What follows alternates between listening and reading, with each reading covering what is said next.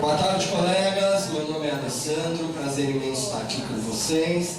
Quero saudar a organização do evento, em especial a professora Gislene, que tem como mestra de pensamento e de trajetória de vida, uma pessoa muito importante para mim, tá bom?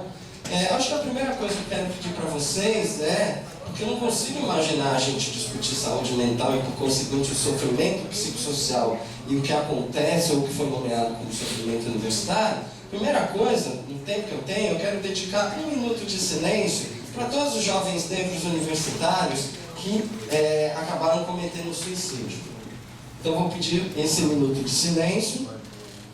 Lembrar da figura do Ricardo Lima da Silva, que em 2021 acabou cometendo suicídio e recentemente também, infelizmente, da sua expulsão na universidade.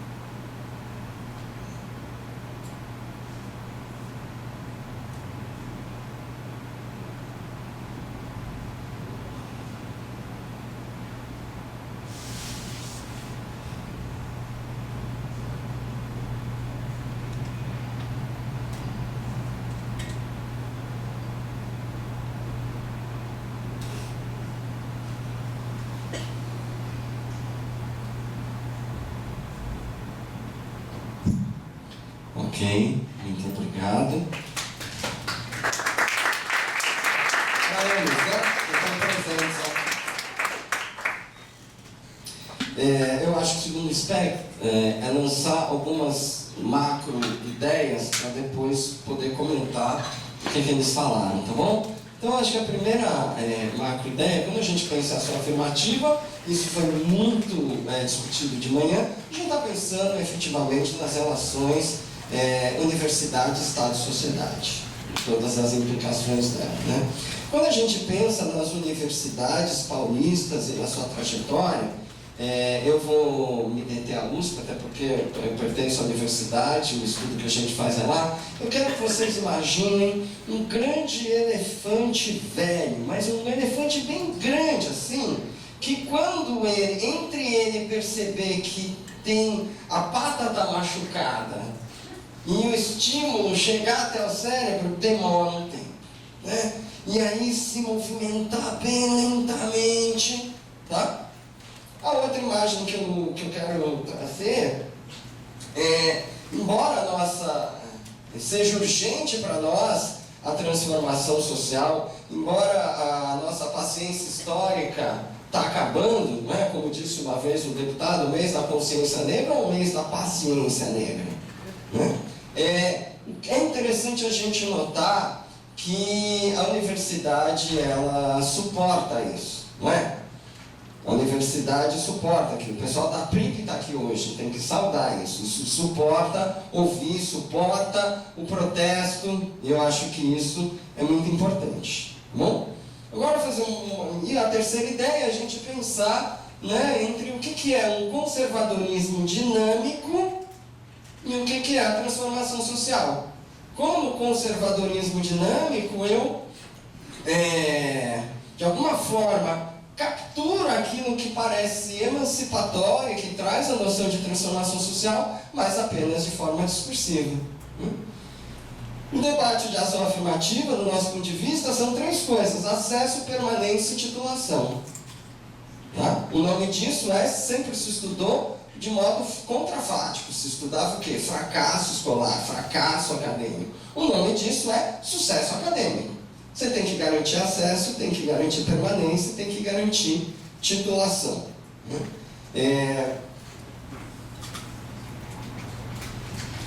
Desculpa, eu estou na fase começando a usar óculos, me atrapalho aqui um pouco. Faz parte. Então eu queria trazer essa ideia e queria trazer outra ideia também, né? Quando a gente fala de saúde mental, né, nós trabalhamos com a noção de bem viver, uma noção que pertence à filosofia andina, dos povos andinos, né, dos povos indígenas da América Latina, e que é muito nítido o seguinte: qualidade de vida é assim, olha, eu tenho capital, eu posso viver bem, eu posso comer bem, eu posso morar bem, mas no outro lado da rua, ali no outro quarteirão, o outro ser humano não está bem. Então, qualidade de vida é uma noção um pouco mais individual. E o bem viver com uma noção de não dá para eu viver bem se o outro que está do outro lado da rua, se ele não estiver vivendo bem também. Então, no nosso ponto de vista, comentando a pesquisa do Vinícius, né, que o Vinícius é co-coordenador e que eu realizo, tem muita crítica nessa pesquisa. Né? Mas, de fato, ela é uma pesquisa o quê? Ela é uma pesquisa que ela é articulada à gestão acadêmica, em vez dela ser articulada à extensão, ela é articulada à gestão acadêmica, visando o quê? Contribuir para a governança universitária, porque afinal é o gestor que lá em cima vai fazer assim, assim ou assim. Eu vou incrementar, eu vou manter ou eu vou diminuir. Né? Mas, e outro aspecto positivo dessa pesquisa é assim, olha, nós vamos produzir uma coisa agora que é dado irrefutável. Ninguém vai poder falar isso não é científico, você fez pesquisa com base só em entrevista, comportamento verbal. Não, vamos fatorar. Vamos trazer a escala, a caixinha de maisena da saúde coletiva para pensar, para a gente dar dados, para o gestor poder fazer assim, assim, ou assim, tá? Então acho que esse é o mérito. Mas, essa pesquisa é perigosa, e a gente tem refletido muito sobre isso, porque afinal, o que ela mostra? Ela mostra que, olha lá como o aluno negro tem mais dificuldade, olha como o ambiente é hostil, né? Olha como ele tem dificuldade de acompanhar. Então, a bolsinha, a permanência que a gente dá é o suficiente. Não vem agora querer, porque vamos dizer, qual é a pegada dessa reitoria? Eu acho que tem duas. Alguma inclusão e inovação. Já pararam para pensar? Alguma inclusão e inovação. Esse é o foco. Né? Então, não vem aqui agora você querer discutir, fazer ação afirmativa para as bolsas de intercâmbio internacional. Não vem. Olha lá, pega a pesquisa do Alessandro. A pesquisa do Alessandro mostra que o aluno não acompanha. Então a gente é muito crítico em relação a esse dado que está produzindo. Eu gostaria que o Vinícius respondesse isso, né? Porque eu fui assessor de gabinete muito tempo, trabalhei no governo muito tempo, então, né, o secretário você fala assim, eu sou mordido de cobra. Eu tenho que aprender como é que publicamente a gente responde a uma situação dessa, porque é uma pesquisa que o dado pode servir contra a juventude negra que está na universidade. Esse é o primeiro aspecto. E do segundo aspecto, quando a gente fala, né, apareceu aí nas outras falas, a noção de sofrimento acadêmico.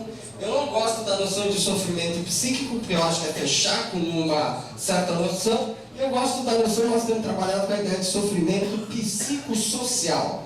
A professora Vera Paiva tem produzido uma coisa brilhante sobre isso, porque o que é o sofrimento psicossocial? Você aplica os instrumentos caixinha de maisena, que a gente fala, para fatorar, para dar dado irrefutável. Então, escala, inventário de saúde mental e essas coisas, e depois você cotege, você estratifica a população. E aí você vai ver que mulheres, negros e mulheres negras têm índices diferenciados. Então, a gente pode falar de algo que tem algo que é psicossocial, tem algo que modifica essa forma de ser, de existir, de pensar. Então, esse é um aspecto importante. E enquanto a gente pensar, né, nesses, eu acho a ideia dos grupos terapêuticos muito boa, rodas de conversa, atendimentos, mas eu tenho muito orgulho de dizer que sou irmão do professor Juarez, que estava aqui, né, irmão de santo. Como disse meu irmão, a gente tem que olhar a floresta e não olhar a árvore. Né? É importante olhar a floresta. Quando a gente olha para a floresta, agora não vai tomar conservadorismo dinâmico, né? Eu, então, botei os negros para dentro da universidade. Mas isso aí é Florestan Fernandes, né? Integração do negro na sociedade de classes. O que ele vai mostrar? Que o negro o negro é integrado em algum nível na sociedade de classes, mas a sociedade de classes não se transforma. Então, acho que todo o tempo aqui, toda a discussão era o quanto essa universidade vai se transformar ou não. Opa, ela é um elefante entre a pata e chegar no cérebro, a coisa demora. Bom, mas a luta política está aí para a gente fazer isso conseguir acontecer mais rápido. Mas, eu tomando como experiência o NAI. O NAI é o Núcleo de Apoio ao Estudante da Faculdade de Medicina da USP. E a gente mapeou todos os serviços de assistência psicossocial do Brasil e da Universidade de São Paulo, de todas as universidades do Brasil. Né? Esses serviços são muito importantes porque eles têm essa capacidade de acolhimento, mas aí é que nem a pesquisa que a gente faz. Se a gente não toma cuidado, se restringe ao serviço. Então o aluno está passando preconceito, está passando situação de assédio, está sendo a matrícula questionada, no caso de comissão de fraude, é um aluno negro que entrou ali no bojo. Né? Não, você tem um NAI, vai lá para o NAI, fala lá para o NAI. Vamos tocar aqui em inovação, vamos tocar a pesquisa de ponta, vamos tocar, mas vai lá para o NAI. Né? Então, de novo, a gente pensar o quanto se transforma ou não, a universidade se transforma ou não. Tá? E para fechar, então esses grupos terapêuticos, entender, né, que a adaptação é difícil para todos os alunos, né? Todos os alunos, pretos, pobres, brancos, amarelos, indígenas, você mudar, saindo do ensino médio, entrar no ensino superior, já é difícil para todo mundo. Agora, esse aluno negro e esse aluno PPI, quando ele entra, ele encontra esse ambiente, que já foi muito descrito aqui, extremamente hostil. Né? E quando a universidade, deveria qualquer universidade norte-americana assim, por exemplo, ser um safe space, né? Um local seguro para você poder performar ali o seu jeito de ser, de existir, de pensar, de amar, de desejar. Né? Mas, no nosso caso, a gente encontra um ambiente hostil. Então, só para fechar, o que a gente defende? E que eu acho que aprende muito do que eu ouvi de manhã e das experiências que foram trazidas aqui. Né? Primeiro, a gente defende não a saúde mental na universidade, mas o bem viver na universidade. A gente defende a qualidade de vida acadêmica na universidade. A gente defende... Tem que tirar o óculos, gente. A gente defende que bem viver, que qualidade de vida acadêmica seja critério de excelência para dizer se uma universidade é de excelência ou não. Não é? Porque você pode ver, eu desafio você, pense ao contrário. Eu não vejo nenhum desses scores de excelência que são adjudicados pela CAPES, pela FAPESP, pelos rankings internacionais, nenhum deles inclui a qualidade das relações no ensino e pesquisa vai bem? Tem situação de assédio? Tem situação de preconceito? Tem situação de discriminação? Não é? Então, lá no relatório da CAPES, olha lá, nós fizemos uma métrica que diminuiu as manifestações de preconceito e discriminação. Ganha mais bolsa. Tá, inverter, está na hora. E não é, nós não temos um ditado que fala assim, mas a USP é a USP, não é? Ela então né? Porque no mundo inteiro é diversidade e inclusão que chama, mas aqui diversidade e pertencimento, ok? Na USP é a USP, né? Então, uma chance que essa PRIP tem de mexer nesse critério de excelência e ser referência para o Brasil inteiro. Porque, em geral, se faz, embora a USP seja a última a fazer as coisas, o que ela faz, ela é copiada pelas outras, né? Então, vamos começar a disputar o que é critério de excelência e vamos começar a defender que critério de excelência, que o que diz que uma universidade é de excelência ou não, é se tem qualidade de vida acadêmica. Se as relações no ensino, pesquisa, no meu grupo, elas são saudáveis. E com isso, dizer, né? O que é bem viver na universidade? A gente tem uma comunidade potente para lidar com os desafios e problemas que se colocam. A gente tem um ambiente físico e social, eu que venho do governo, PPP, promoção, proteção, prevenção.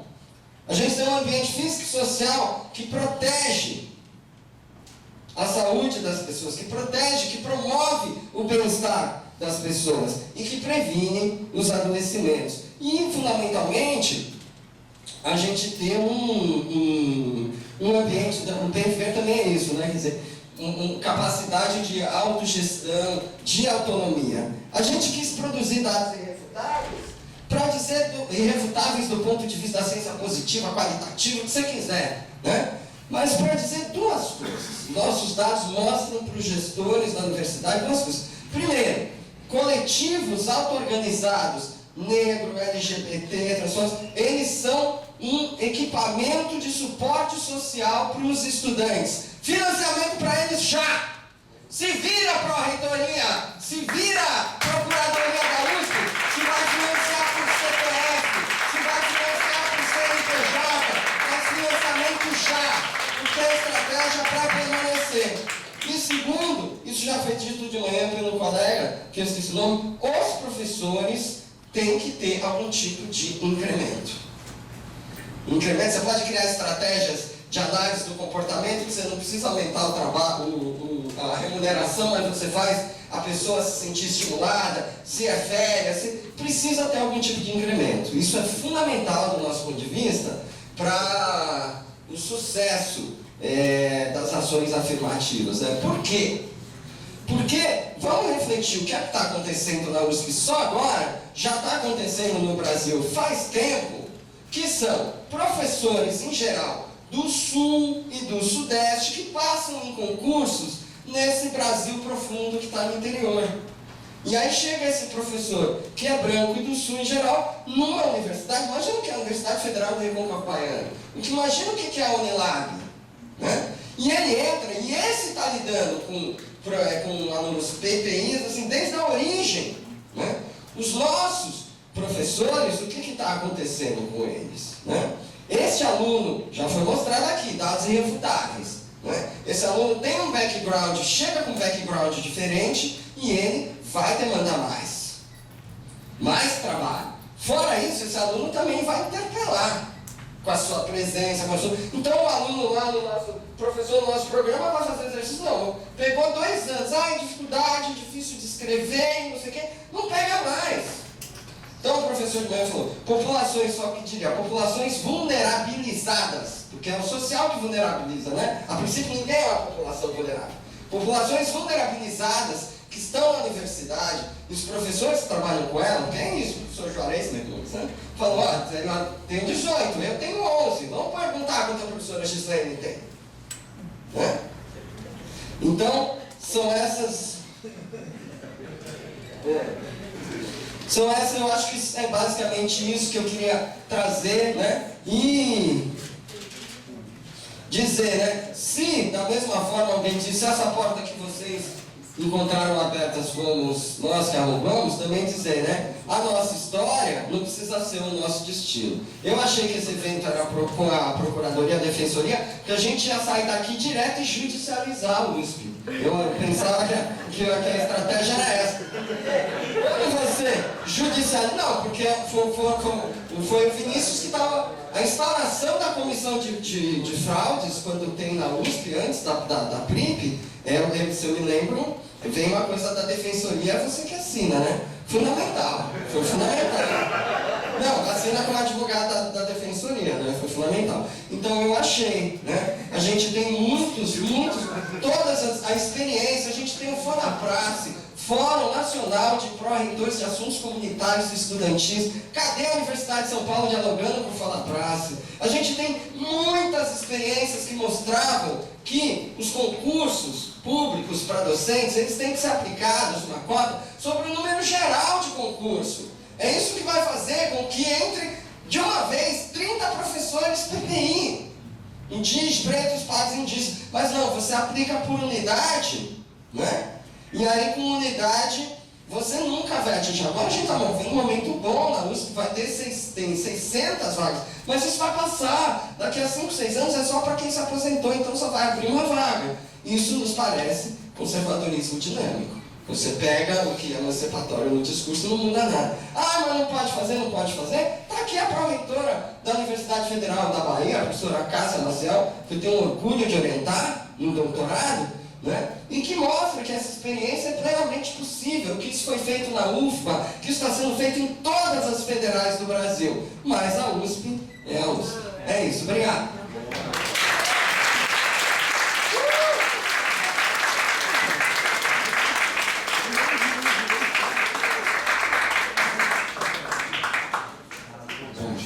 Eu não sei muito como compor agora aqui a mesa com todos, né?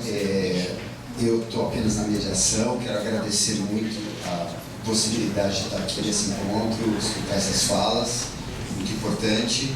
Eu preciso só já pedir uma desculpa, que eu já tinha falado com o Vinícius, eu julgava que o horário ia ser até às 16 horas, como estava no programa. Eu tenho que abrir uma sala, a Beth vai estar no mesmo evento, mas eu que abro uma sala de 1 às 6 horas, por uma aula à noite, eu preciso mais uns 15 minutos, eu vou precisar, infelizmente, transferir a mediação. Mas vou ficar esticando, passando a palavra à mesa o máximo possível. 3 perguntas? Eu tinha julgado primeiro que ia passar para a mesa. A gente abre para perguntas e depois abre para eles, tá ótimo. Então, por favor, Ieda. Talvez, não sei se está se gravando, tá?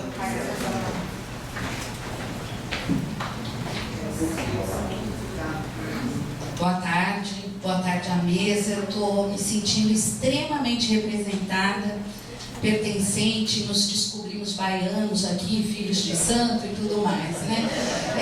Então foi muito legal.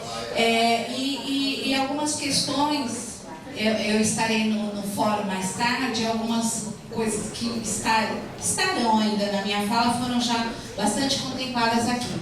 Então,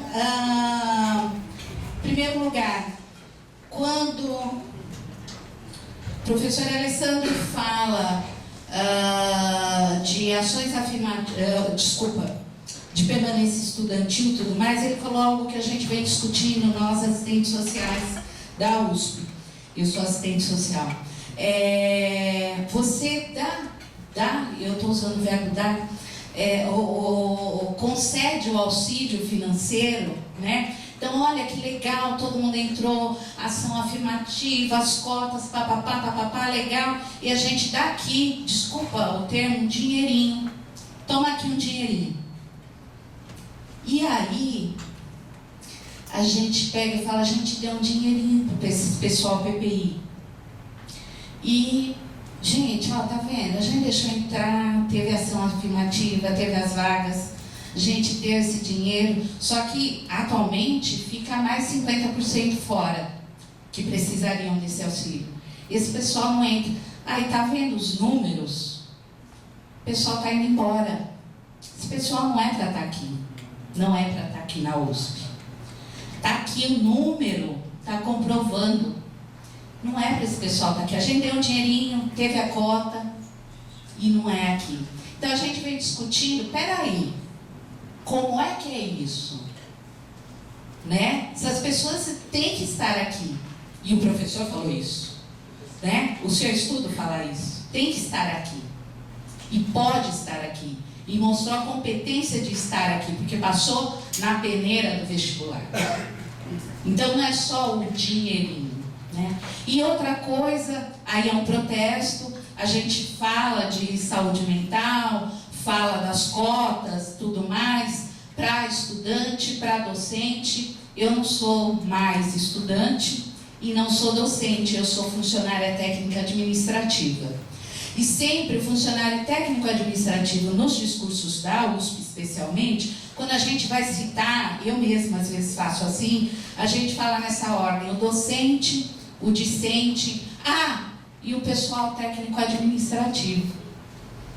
Né? Então, que é o recheio, e está sempre, hoje, por exemplo, nós assistentes sociais, nós estamos no meio de 2 forças, a PRIP e os estudantes, sem saber nada, a gente não sabe nada, e A assistente social tem 30, 40 anos de experiência, chegar nessa altura do campeonato, está exercendo algo e falar, eu não sei de nada, eu não posso te atender porque eu não sei. Então a gente fica no meio de duas forças, dos estudantes e dos docentes. E nós somos pretos também, nós temos pretos. Nós estudamos, nós somos discriminados também, né? Às vezes tem doutores no meio de nós, e nós, às vezes até por sermos pretos, não somos nem considerados. Então eu queria fazer essa provocação, desculpa por ter sido tão contundente, mas essa provocação para a mesa.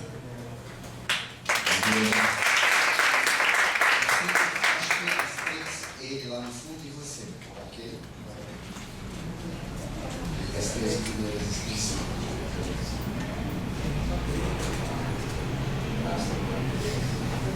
Boa tarde.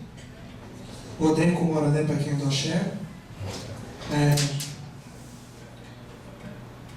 Concordo com o que só fala, professor. Não vai mudar. Não vai mudar. Algumas pessoas e alguns espaços vão mudar. A USP não vai mudar. Acho que a gente precisa pisar no chão. Muito bem colocado, professor Alessandro também. Pensando em saúde mental, eu fico me questionando quando o estudante negro entra em qualquer sala da USP, e aí eu vou ser um pouco acadêmico, vou usar 2 referências da professora Daiana Santos Brito, que foi secretária de Educação no governo Lula, e vou usar também a fala do professor Ricardo Leite. Os 2 doutorados eles fazem a seguinte afirmação: o Brasil é um país tão democrático que a população negra só vai conseguir se formar nas grandes graduações, medicina, direito, etc., quando 3 ou 4 gerações da população branca conseguir acessar todas essas graduações, pós-graduações e mestrado.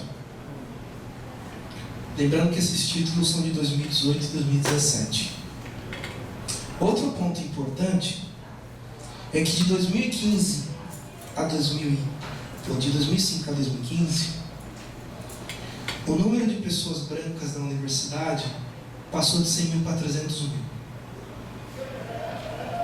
De negros. De 16 mil para 28 mil. E aí eu vou trazer uma provocação para a sala e vou deixar a pergunta para a mesa. Quem aqui que está nessa sala gostaria de ser tratado igual um negro no Brasil? A pergunta é especificamente para pessoas brancas. Quem de vocês gostaria de ser tratado igual uma pessoa negra no Brasil? Por favor, levanta. Se você gostaria de ser tratado igualzinho, sendo branca, igual uma pessoa negra no Brasil. Então a gente tem um problema que as pessoas sabem. E aí eu fico pensando, eu acredito nos pequenos espaços, mas tem muito professor filha da mãe na USP. E o meu filho da mãe era outro palavrão que eu não quero falar. Sabe? Tipo, olhar para a mãe e falar, por que você é assim? Né? Professora famosa da antropologia. Já dou a letra. Olha, seu projeto de mestrado não serve aqui para o nosso departamento, não. Vai estudar em Harvard e passa com excelência. É meio estranho essas coisas, né? Então a pergunta é a seguinte: quem é da USP e quem não é? Vocês não acham que esses professores, assim como ganhar bonificação por atender grupos indígenas, quilombolas, etc., deveriam de ser, de certa forma, penalizados ao tratar certos grupos com esse tipo de fala? Olha, não é científico isso que você está escrevendo. Mas para o outro é científico, né? É engraçado, é sempre o mesmo grupo que não é científico, né? Olhar para o Márcio, que é meu parceiro, olha, Márcio, por que você é assim? tem que ter a bonificação para o professor, mas eu acho que deveria ser penalizado o professor com essas falas também. Porque senão a gente fica nesse lugar aqui que a professora falou, passa pano. E a gente está há 523 anos passando pano. E aí, como diz minha amiga Érica Maluquinho, para terminar, a sorte desse país é que os pretos não pensaram em vingança. Mas a gente está começando.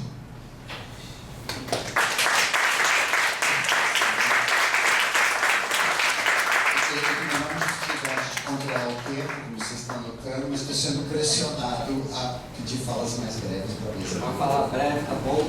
Então, gente, aconteceu comigo esses tempos, na verdade faz pouco tempo, acho que tem uns 2 meses, eu me inscrevi num concurso para professor e estava pedindo declaração de afrodescendente. Eu fui montar a declaração lá na USP, né, lá na FEFELESH, e fui imprimir. E simplesmente não imprimiu minha declaração para me assinar. Então, assim, eu me senti assim, sabe, como se fosse uma provocação, né? Porque, na verdade, a questão da identidade é muito importante para nós. Muito, muito importante. Então, é isso que eu queria perguntar para a mesa, sobre a questão da identidade negra, como a gente faz para poder assumir a nossa identidade. Porque desde quando eu era novinha, quando eu tinha mais ou menos 17 anos, eu falava com meus amigos que eu era negra, eles falavam, não, você não é negra, você é morena, você é parda. Dava 1000 nomes menos negros. Você falar negra, era uma coisa assim, sabe, muito constrangedora mesmo, sabe, muito constrangedora. Então, é isso que eu quero perguntar. Como a gente faz para poder assumir a nossa identidade, sabe? Porque é algo muito importante para nós, sabe? Muito importante. Porque fica difícil para você se integrar em sociedade se você não assumir a sua identidade. Obrigada, gente.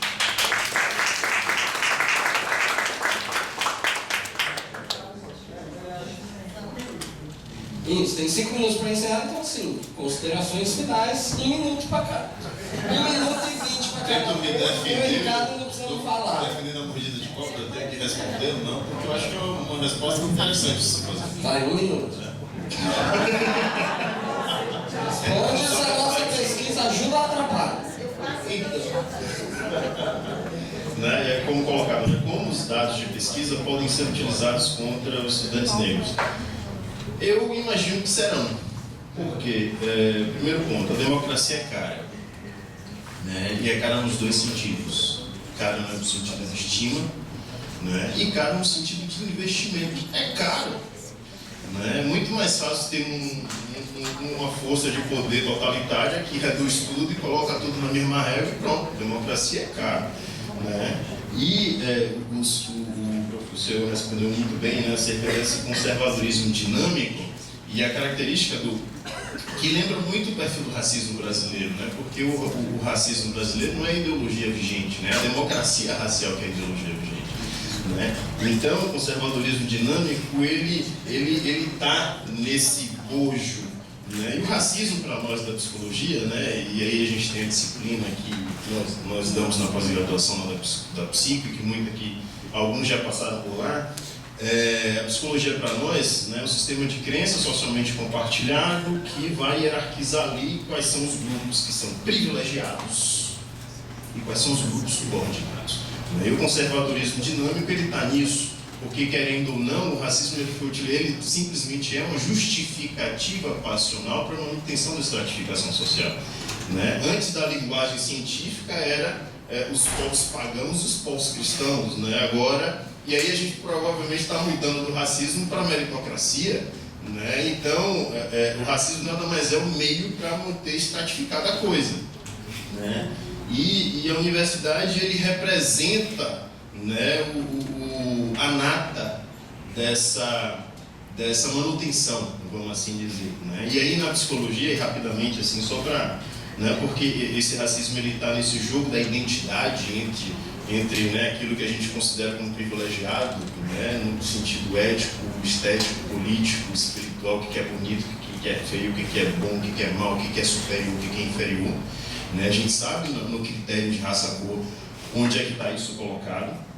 Né? Então ele está nesse jogo da identidade. Então os brancos eles têm muita dificuldade de abrir mão desse privilégio de ser bonito, né? E compartilhar esse recurso simbólico, que não é somente, então não estamos falando exclusivamente do recurso material, estamos falando de recurso simbólico, né? Então esse conservadorismo vem muito a calhar para a manutenção, né? E aí na psicologia, só colocar como exemplo, a gente tem um modelo de discriminação justificada, que é exatamente isso sobre os dados, né? Ou seja, eu vou discriminar implicitamente esse público justificando por vai impactar, vai ameaçar a qualidade do ensino superior, ou esse estudante, enfim, esse empregado na seleção, né, ele mora muito longe, não é porque ele é preto, né, mas porque ele mora muito longe. Né? Então, tem um estudo interessante de um colega meu que ele fez um estudo experimental, né, com estudantes...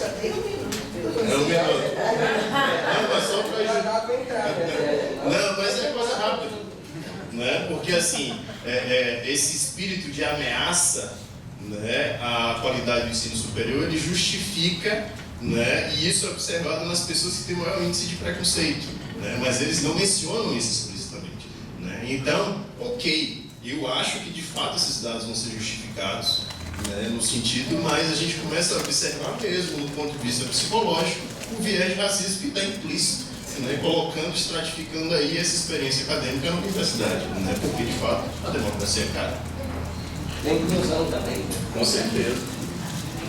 Você bem pontual, que o nosso tempo está esgotado, eu acho que a gente não tem que ter grandes ilusões com o espaço universitário, por outro lado é um espaço de estudo de projetos políticos de sociedade.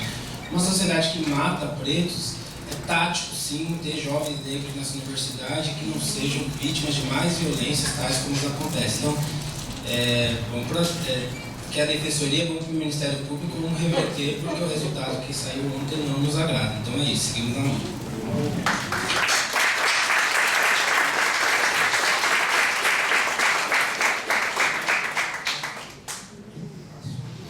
Bom, então só rapidamente também para encerrar, dizer que eu acredito nisso também, acho que a gente não pode abrir mão do espaço universitário, acho que foram décadas de luta, mobilização para esses poucos avanços, para essas poucas conquistas, mas eu acho que é na direção de mais mobilização, né? Na direção de mais mobilização e numa concepção de que saúde mental, como a gente veio falando aqui, né, o tempo todo, não é uma coisa esotérica, mística, abstrata, superficial, muito menos coadjuvante. Né? Saúde mental tem a ver com questões estruturais, enquanto a gente não olhar para isso associado com as questões econômicas, com as desigualdades que infelizmente estão aí todos os dias no nosso país, com a questão racial, a gente não vai avançar nisso, né? Então acho que pensar em saúde mental na universidade é também pensar em políticas sociais integradas, né? Fundamentalmente. Acho que o evento de hoje, né, contribui muito nesse sentido. Eu espero que todas essas falas e toda a comoção, né, que a gente viu hoje aqui se transforme também em ação e mobilização real todos os dias.